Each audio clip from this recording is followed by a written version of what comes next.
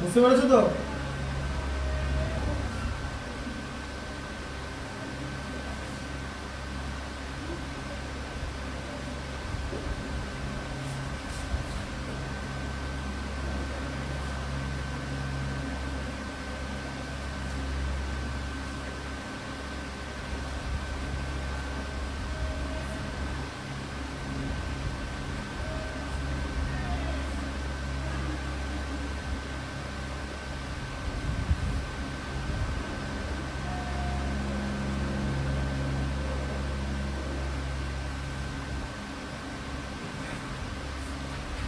আচ্ছা 15 হয়ে গেল, 16টা রাখো। কি আছে দেখো, একটি ফায়ার ব্রিগেডের কি লেখা আছে পড়ো। ফায়ার ব্রিগেডের কোনো একটি দল একটি জল ভর্তি লম্ববৃত্তাকার ট্যাঙ্কারের জল 2 সেমি দৈর্ঘ্যের ব্যাসে 3টি হোস পাইপ দিয়ে, ঠিক আছে? তাহলে প্রথমে কি করেছে, একটা জল ভর্তি ট্যাঙ্ক, তাহলে জল ভর্তি ট্যাঙ্কটা লম্ব বৃত্তাকার চোঙ ছিল, এটা হচ্ছে ট্যাঙ্ক,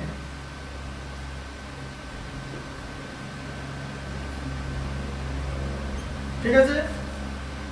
2 সেমি দৈর্ঘ্যের ব্যাসে 3টে হোস পাইপ, তাহলে হোস পাইপের ব্যাস এই যে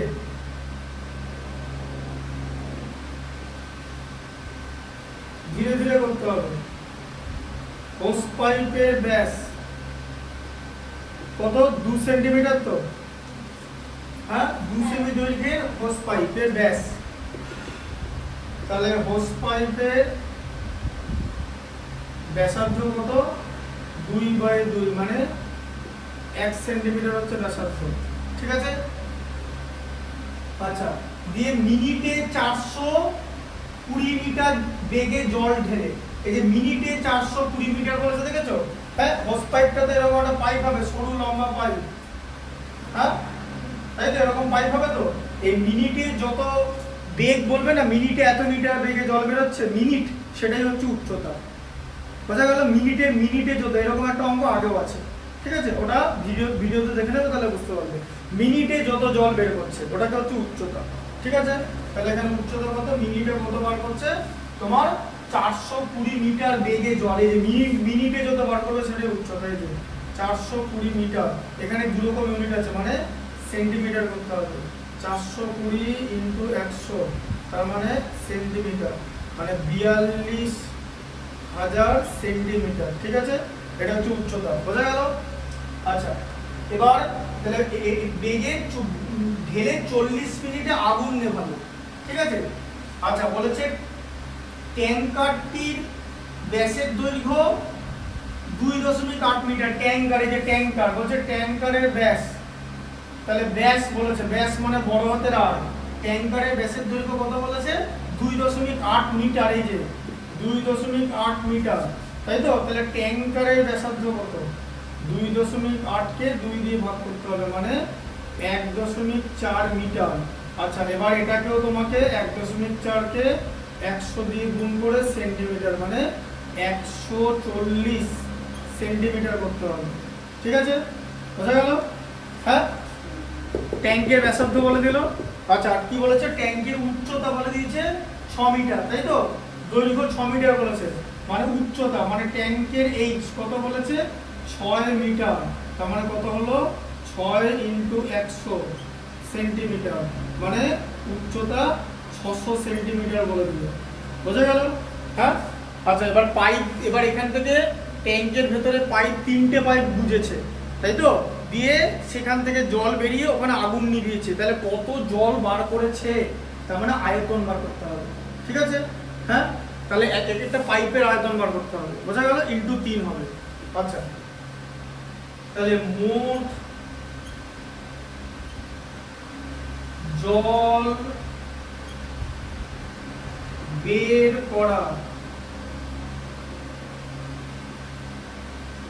করার পরিমাণ, ঠিক আছে? কটা পাইপ, 3টে পাইপ, তাহলে কি হবে 3 ইন্টু পাই আর স্কয়ার এইচ, আর ইন্টু কত, যত মিনিট ধরে জল বার করেছে, কত মিনিট ধরে জল বার করেছে, 40 মিনিট ধরে, তাই তো? এটা ইন্টু হবে কিন্তু, কারণ ওটা তো বললাম না 1 মিনিটে, 1 মিনিট এইচ এর মান, এইচ মানে কি, যে 1 মিনিটে যত জল বেরোবে, 1 মিনিটে কত জল বেরোচ্ছে 420 মিটার বেগে লেখা আছে, তাহলে ওটা হচ্ছে উচ্চতা। কিন্তু এরকম 1 মিনিটে তো জল নেভায়নি, সরি আগুন নেভায়নি, কতক্ষণ আগুন নিভিয়েছে 40 মিনিট, তাই এটা 40টা গুণ হলো। সেম আগের দিনে এরকম একটা অঙ্ক ছিল, ঠিক আছে, একই রকম জিনিস। এগুলো পেছনের গুলো বললে সামনের গুলো ইজিলি পারবে। যে 3 ইন্টু, আচ্ছা এবার এটা কি হবে জানো তো, এটা সেন্টিমিটার আছে তো, টোটালটা ইউনিট হচ্ছে সেন্টিমিটার কিউব, বোঝা গেল?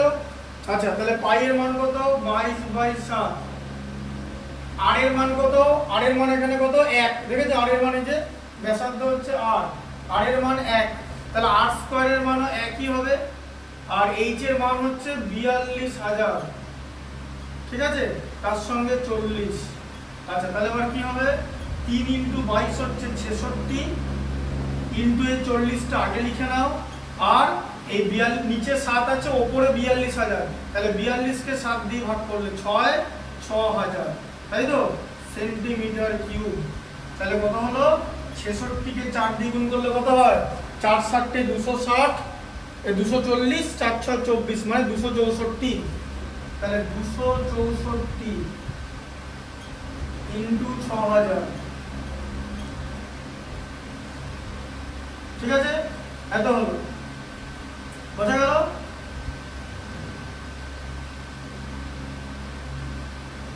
আচ্ছা এবার জলের আমরা যখন বলি যে কত জল বের করব, তাহলে কি জলটাকে কিভাবে মাপবে, জলটাকে তুমি তো লিটার বলো, বলো না 1 লিটারের জল, 2 লিটারের জল, 500 ml লিটার বলো তো। আচ্ছা তাহলে এখানে লিটার করতে হবে, তাহলে ডেসিমিটার সেন্টিমিটার কিউব থেকে লিটার আমাদের কি করে বানাবো, সেন্টিমিটার কিউবকে ফার্স্টে তোমাকে ডেসিমিটার কিউব বানাতে হবে, আর যত ডেসিমিটার কিউব তত লিটার, বোঝা গেল? হ্যাঁ, 1 ঘন ডেসিমিটার মানে 1 লিটার, মানে যত ডেসিমিটার কিউব তত লিটার, বোঝা গেল? আচ্ছা তাহলে সেন্টিমিটার থেকে ডেসিমিটার করতে হবে। আচ্ছা তাহলে এবার এটা কিভাবে লিখবো, 264 ইন্টু 6 ইন্টু 1000 করে দাও, into centimetre into centimetre into centimetre, ঠিক আছে। আচ্ছা 264 কে 6 দিয়ে গুণ করো, কত হচ্ছে 6 4 24 4, হাতে থাকবে 2, ঠিক আছে, 24 4 হাতে থাকবে 2, আর 6 26 156, 2 তে 158, এটা হলো, ঠিক আছে, ইনটু এই শূন্যটা দিতে হবে, ঠিক আছে, 1000। এবার সেন্টিমিটারকে ডেসিমিটার করতে গেলে 10 দিয়ে ভাগ করতে হয় তো, 10 দিয়ে, কারণ সেন্টিমিটারের উপরেই তো ডেসিমিটার, ভাগ করতে হবে তো, নিচ থেকে উপরে গেলে 3 বার ভাগ হবে, ইনটু 1 এর 10 দিয়ে ডেসিমিটার কিউব লিখে দাও। আচ্ছা এবারে কি হবে, এবারে দেখো ভালো করে, এই একটা শূন্য একটা শূন্য একটা শূন্য, উপরে 3টে শূন্য কেটে গেল, তাহলে তোমার কি হলো 15,840 লিটার বেরিয়ে গেল, কারণ এই যে ঘন ডেসিমিটার মানে তো লিটার, তাহলে এত লিটার জল ও আগুন নেভানোর জন্য ব্যবহার করেছে, ঠিক আছে, এটা বলেছে। আচ্ছা তাহলে আগুন নেভাতে কত জল খরচ হয়েছে পেয়ে গেলাম, ট্যাঙ্কে আর কত জল রয়েছে নির্ণয় করি, আমাদের ট্যাঙ্কের আয়তন বের করতে হবে, আয়তন বের করে সেন্টিমিটার কিউব আসবে, সেটাকে আবার লিটারে করতে হবে, দিয়ে দেখতে হবে ট্যাঙ্কে এত জল ছিল, আগুন নেভাবার কাছে এত জল খরচ হয়েছে, ওটা মাইনাস করতে হবে, বোঝা গেল? আচ্ছা তাহলে ট্যাঙ্কের আয়তন বার করতে হবে, তাহলে ট্যাঙ্কের আয়তন ভি মানে কি পাই আর স্কয়ার এইচ, এটা সেন্টিমিটার কিউব, আর ইউনিটটা এখানে লিখবে, পাই এর মান 22/7, আর এর মান কত, আর এর মান 140, দেখতে পাচ্ছ, ঠিক আছে, 140 দুবার আসছে 140, আর এইচ কত আছে, এইচ হচ্ছে 6 মিটার মানে 600 সেন্টিমিটার, ঠিক আছে, এই যে সেন্টিমিটার কিউব, এখানে একটা সেন্টিমিটার নিচে, এখানে 2 সেন্টিমিটার, তাই সেন্টিমিটার কিউব হয়েছে, বোঝা গেল? আচ্ছা তাহলে কত হচ্ছে 22 গণিত এই যে 7 20 দিয়ে চলে যায়, তাই তো, 22 গণিত 20 গণিত 140 গণিত 600, ঠিক আছে, সেন্টিমিটার। আচ্ছা এবার দেখো কি করবে, 22 কে 2 দিয়ে গুণ করে তুমি কত করবে 44, তাহলে শূন্য হয়ে গেল, ঠিক আছে। আচ্ছা এই 6 আর 14 গুণ করে 84 করবে, আর এই লাস্টে 3টে শূন্য আছে, দেখতে পাচ্ছ, 2টো শূন্য একটা শূন্য, এটাকে লাস্টে 1000 এর উপর রেখে দেবে, ঠিক আছে, তার কারণ সেটাকে তো আবার এই যে 1 এর 10 ইন্টু 1 এর 10 ইন্টু 1 এর 10, এই যে ডেসিমিটার কিউব হয়ে গেল, সেন্টিমিটার থেকে ডেসিমিটার হয়ে গেল। তার কারণ তুমি যদি লিটার বার করো, যত ডেসিমিটার কিউব তত লিটার। এক ঘন ডেসিমিটার মানে 1 লিটার। তোমার এখানে উত্তর লিটারে বেরিয়েছে, এটাও লিটারে বার করতে হবে। ট্যাঙ্কের জলের আয়তন মানে ক্যাপাসিটি হচ্ছে লিটার, ঠিক আছে। আচ্ছা তাহলে এবার দেখো, এইটা 3টে শূন্য, এখানে 3টে শূন্য বাদ হয়ে গেল। তাহলে এখন আমার কত আছে, 440 ইন্টু 84 এত লিটার, ঠিক আছে। তাহলে 84 কে 44 দিয়ে গুণ করতে হবে। 84 ইন্টু 44, 484 কত, 336। আবার 484 336, তাই তো। তাহলে এখানে কত হচ্ছে 6, ঠিক আছে। 6 3 9, ঠিক আছে। আবার 33 3 36, ঠিক আছে। আর তার সঙ্গে এখানে 0, এত লিটার, বোঝা গেল। হ্যাঁ, তাহলে ট্যাঙ্কের মধ্যে এত জল ছিল, তাহলে ট্যাঙ্কে আর কত জল রয়েছে, তাহলে বাকি জল, বুঝতে পারলেন, বাকি জল কত, 36,960 মাইনাস 15,840, তাই তো। তাহলে 0 2, তাহলে এখানে 1 আর 21, 21,120 লিটার জল পড়ে রয়েছে, ঠিক আছে। 21,120 লিটার জল পড়ে রয়েছে, ওটাই অ্যান্সার আছে, তাহলে ওটাই অ্যান্সার হবে।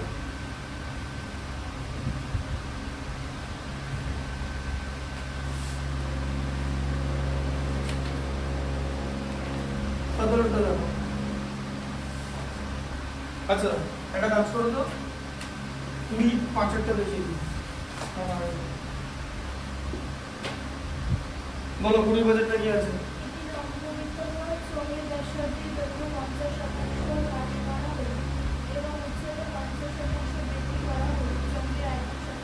তাহলে চোঙের ব্যাসার্ধ, তাহলে প্রথমে তুমি ব্যাসার্ধ কত ধরবে, অরিজিনাল ব্যাসার্ধ কত বলো, ব্যাসার্ধ আর,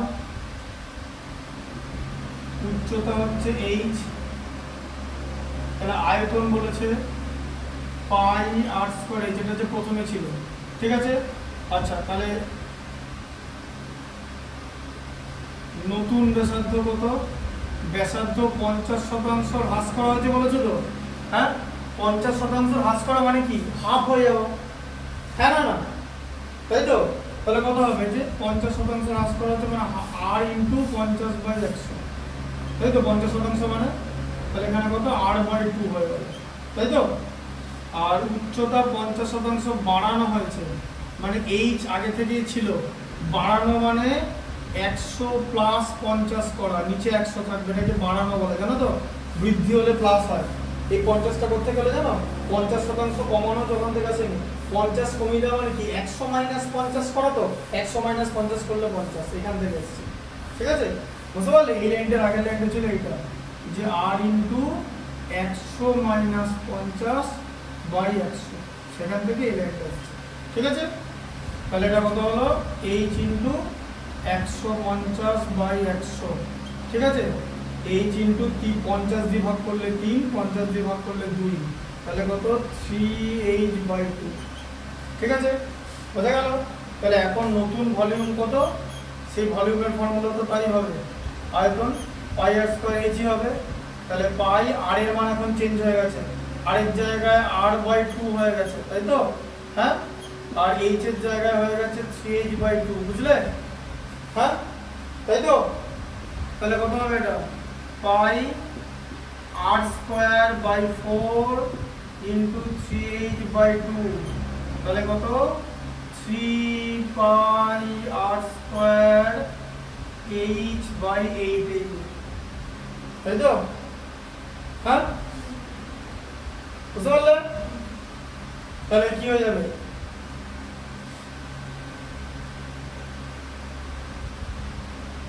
তাহলে 3 পাই r² h/2 হলো তো। হ্যাঁ, তাহলে বাড়লো না কমলো, পাই r² h বড় না এটা বড়, এটা বড়, এটা 3/8 আছে। হ্যাঁ, 3/8 হচ্ছে প্রকৃত ভগ্নাংশ, 1 থেকে 3/8 বড়। পাই r² h মানে একটা পাই r² h, কে বড়, 1 বড় না 3/8 বড়, 1 মানে 8/8, আর এটা 3/8, বোঝা গেল। 8/8 করলে 1 হয়, তাহলে তাহলে কমে গেছে, সেটা সবার আগে বুঝতে হবে।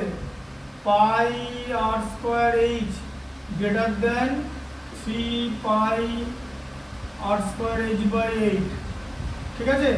তাহলে কত কত চেঞ্জ হয়েছে, যেটা পাই আর স্কয়ার এইচ ছিল সেটা থেকে আগেরটা বাদ দিতে হবে, তাই তো? মানে নতুন যেটা হলো সেটা বাদ দিতে হবে তো। দিয়ে আমরা কিরকম করে করি জানো, এই যে পাই আর স্কয়ার এইচটা কমন নেবে, দিয়ে 1 মাইনাস 3/8 হবে, বোঝা গেল? হ্যাঁ, তাহলে 1 মাইনাস 3/8 কথা মানে কি শিখিয়েছিলাম, 8 থেকে 3 বাদ দাও, এই যে 5/8 এরকম করে বার করে, তাই তো?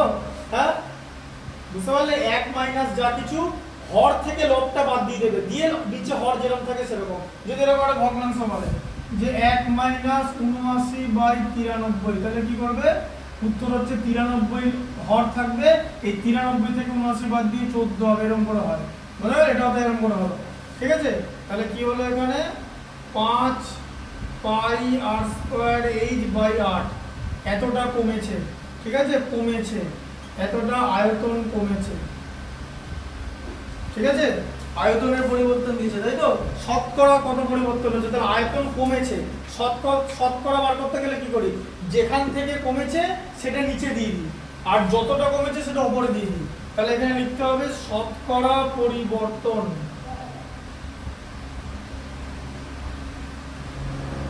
কতটা কমেছে? 5 পাই আর স্কয়ার এইচ বাই 8 এতটা কমেছে। কার মধ্যে কমেছে? আগেরটা থেকে কমেছে, মানে পাই আর স্কয়ার এইচ প্রথমে ছিল, তাই তো? সেখান থেকে কমেছে, ইনটু 100 দিয়ে আমরা ব্র্যাকেটে পার্সেন্টেজের সাইন দিই। কেন? কারণ তুমি তো আর এই জিনিসটাকে 100 দিয়ে গুণ করতে পারো না। 100 দিয়ে গুণ করতে গেলে মান সমান রাখার জন্য 100 দিয়ে ভাগও করতে হবে, আর পার্সেন্টেজ কথার মানে হলো 100 দিয়ে ভাগ করা, বুঝা গেল? হ্যাঁ, তাই 100% মানে হচ্ছে 1, এই যে 100%, 100% মানে হচ্ছে 1, এই যে 100% মানে 100 বাই 100 মানে হলো 1, বুঝা গেল? আচ্ছা, তাহলে এটা কত হবে? 5/8 pi R square H into 1 by pi R square H into 100 ব্র্যাকেটের বাইরে পার্সেন্টেজ, ঠিক আছে? পাই আর স্কয়ার এইচ কেটে গেল, তাহলে 5/8 ইন্টু 100, ঠিক আছে? তার মানে 500 বাই 8%, 4 দিয়ে ভাগ করলে 125, 4 দিয়ে ভাগ করলে 2, এত পার্সেন্ট। 125 কে 2 দিয়ে ভাগ করলে 62.5 হয়, 62.5% কমেছে। দেখো 62.5% কমেছে, বুঝেছো তো?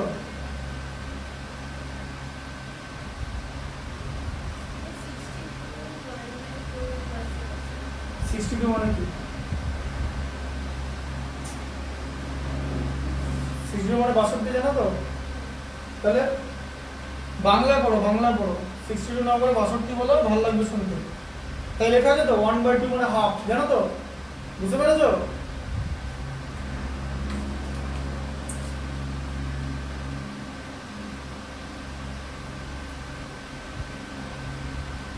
আচ্ছা, সি এর একেরটা দেখো, সিটা কত? সি গো 19 সি, 19 সি এর একেরটা দেখো, 19 সি তার একেরটা বলো, একেরটা কি আছে পড়ো, 19 সি এর একেরটা পড়ো।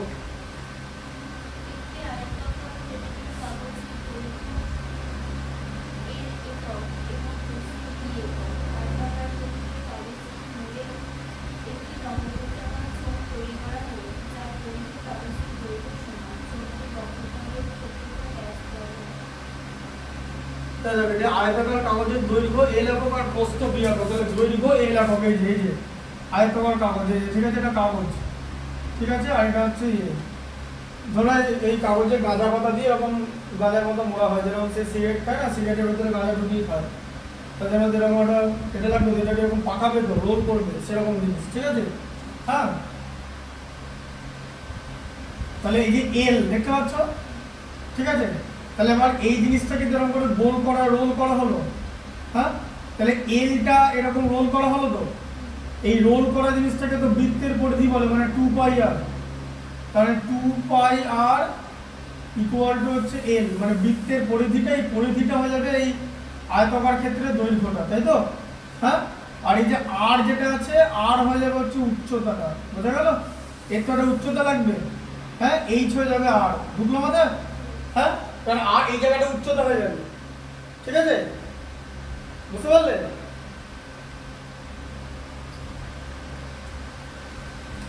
দিয়ে কি করতে বলেছে? চোঙটির বক্রতলের ক্ষেত্রফল বার করতে বলেছে, তাই তো? তাহলে বক্রতলের ক্ষেত্রফল কত?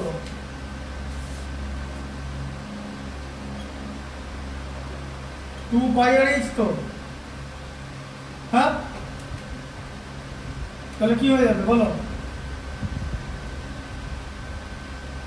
এই 2 পাই আর এটার ভ্যালু তো l, আর h এর ভ্যালু হচ্ছে r, তাহলে কত হয়ে যাবে? rl হয়ে যাবে। দেখো উত্তর আছে কিনা। হ্যাঁ,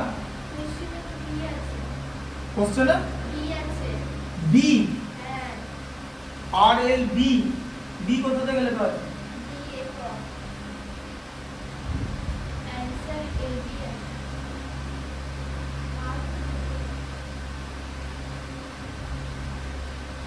আচ্ছা, প্রস্থ b আছে, b আছে, সরি b b b, এটাকে b ধরো, b, ঠিকই আছে। এই b ইকুয়াল টু h হবে, তাই তো? তাহলে এখানে h এর জায়গা হয়ে যাবে হচ্ছে b, হ্যাঁ এই যে b এর বা l, ঠিক আছে? এটা b আছে, বোঝা গেল? 19 c হয়ে গেল, এখানে জায়গা কিছু না আছে। c এর দুয়েরটা দেখো, c এর দুয়েরটা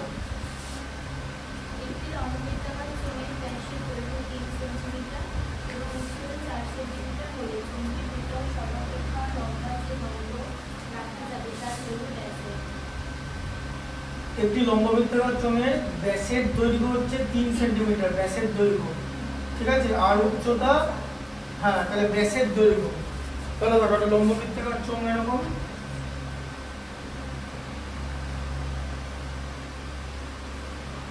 এবার এখান থেকে এরকম, তাই তো? হ্যাঁ, এবার গোটা ব্যাস বলে দিয়েছে, তার মানে জিনিসটা হচ্ছে এরকম, এই যে লম্ববৃত্তাকার চোঙটা এরকম আঁকবে, যে চোঙটা এরকম গোটা ব্যাসটা, তাহলে ব্যাস, হ্যাঁ, ব্যাস কত বলে দিয়েছে এই জায়গাটা? এই জায়গাটা বলেছে ব্যাস কত বলেছে বলো? কত কত কত? ব্যাস 3, ইউনিট কি? হ্যাঁ, তাহলে ব্যাস বলেছে 3 সেন্টিমিটার, তাহলে এখানটা 3, ঠিক আছে? তার মানে 3 সেন্টিমিটার মানে হচ্ছে 2r, 2r কে ব্যাস বলা যায় না তো? আর এই জায়গাটা হচ্ছে উচ্চতা, এই যে এইখানটা হচ্ছে উচ্চতা, এই জায়গাটা h হচ্ছে উচ্চতা, h কত বলে দিয়েছে? 4 সেন্টিমিটার। তাহলে সবচেয়ে কত বড় দণ্ড রাখা যাবে? দণ্ডটা তুমি এরকম করে রাখবে, এই যে, হ্যাঁ, তাহলে একটা সমকোণী ত্রিভুজ তৈরি হলো, বুঝতে পারলে? এটা সমকোণ, হ্যাঁ, যার এটা তো তাহলে 4, এই যে এই জায়গাটা, এটা উচ্চতা, তো এই জায়গাটা যা, এই জায়গাটা তো তাই হবে, হ্যাঁ? তাহলে কি দাঁড়ালো? এরকম একটা সমকোণী ত্রিভুজ, এই যে এটা 3, এটা 4, তাহলে এখানটা কত, তাই তো? এটাই হচ্ছে দণ্ডটা, তাই তো? বোঝা গেল? আর এটা 90 ডিগ্রি। তাহলে পাইথাগোরাসের উপপাদ্য, পিথাগোরাস, তাহলে দণ্ডের দৈর্ঘ্য কত? দণ্ড, তাহলে কি হবে? এই যে এটা অতিভুজ, তো সমকোণী ত্রিভুজের সমকোণের বিপরীত বাহু অতিভুজ বলে, ঠিক আছে?